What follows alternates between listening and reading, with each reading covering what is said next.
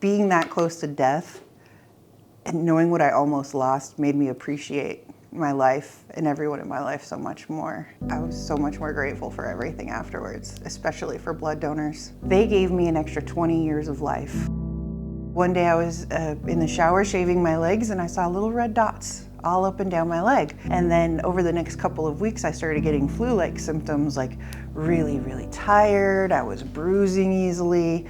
And then when I started hallucinating, I knew something was going on. I went to the doctor and they said, oh, you just have a simple infection. It's really no big deal. Here, take these antibiotics. After a couple of days, the antibiotics weren't doing anything. So I called the doctor's office back and said, I don't know what's going on, but I feel like I'm dying. They had the blood results there in front of them and looked at them and went, oh my goodness, you are dying. Go to the emergency room right now. And I was immediately put into the hospital and found out that I had a rare type of leukemia that only affects young adults. I was hospitalized for 6 weeks. And during that time, I did some intensive chemotherapy, and then I also started radiation as well. I would lose all color in my face. I lost all my energy and motivation, but as soon as I would get that blood transfusion, I literally felt like I was alive again. Getting fresh blood was the best feeling ever because my own blood was literally killing me.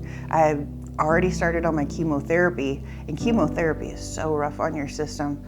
And so I would beg the nurses for a blood transfusion every time they would come to visit me because the fresh blood was the only thing that helped me feel better. And then after 6 weeks, they knew I wasn't going to die at that point, so they released me home, and I did another 6 months of daily chemotherapy. I thought I was gonna be on these treatments for the rest of my life until I'd met someone who had already gone through it, and they were able to tell me, you are gonna have a life after this.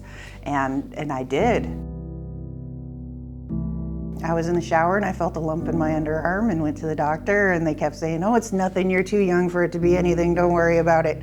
And I demanded to get a biopsy done. And they called me on my 38th birthday and said, it's cancer. It was devastating to know that I was gonna have to go through it all again. In a way, the breast cancer was a little bit easier than the leukemia because I didn't require any hospitalization, but I did have to go through a total radical mastectomy and with reconstruction. And during the surgery, there was a small bleed that they didn't catch, and it turns out that it was bleeding internally, so I had to have a couple more pints of blood and surgery to close that up. I'm just so grateful that I'm still here, and for everyone who's helped me with that process.